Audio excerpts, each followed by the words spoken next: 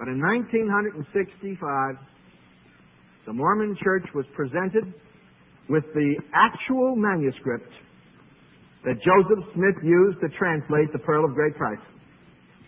And that manuscript was presented by the Museum of Modern Art in New York. The Mormon Church hailed it as a great discovery, and the Mormon Church put to work on the translation its greatest scholar in Egyptology, Professor D.J. Nelson. Professor Nelson was designated by the head of the church to translate it.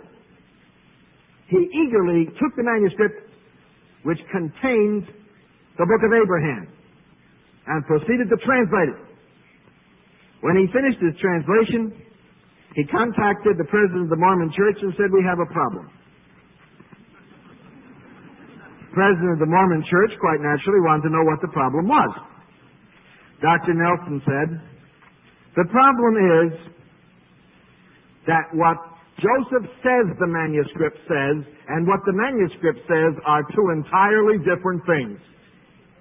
He then submitted the manuscript to 4 Egyptologists, and they studied it and came back and said the same thing.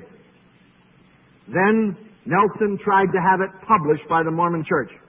They willfully and deliberately suppressed the manuscript. They would not let the Mormon people see it. And the reason they wouldn't let them see it is contained in D.J. Nelson's letter of resignation to the Mormon Church. Attention, First Presidency Church of Jesus Christ Latter-day Saints, Salt Lake City, Utah. This letter is to inform you that it is our considered desire that my own name and those of my wife and daughter be removed from the membership rolls of the Latter-day Saints Church. We, D.J. Nelson, Catherine G. Nelson, Kim Sherry Nelson, do freely and with full understanding of the implications of the step require that our names be removed from all member records of the LDS Church. I, D.J. Nelson, do hereby renounce and relinquish the priesthood which I now hold. Following my translation, the first to be published of the bulk of the hieratic and hieroglyphic Egyptian texts upon the Metropolitan Joseph Smith papyri fragments, 3 of the most eminent Egyptologists now living published corroborating translations. These amply prove, listen, the fraudulent nature of the Book of Abraham, in which lies the unjust assertion that Negroes are unworthy of participation in the highest privileges of the LDS Church. We do not wish to be associated with a religious organization which teaches lies and adheres to policies so blatantly opposed to the civil and religious rights of some citizens of the United States.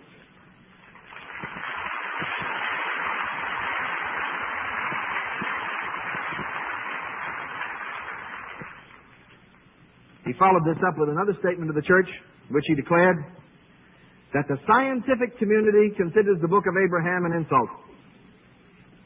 Now, in that Book of Abraham is the statement that the Negroes are cursed.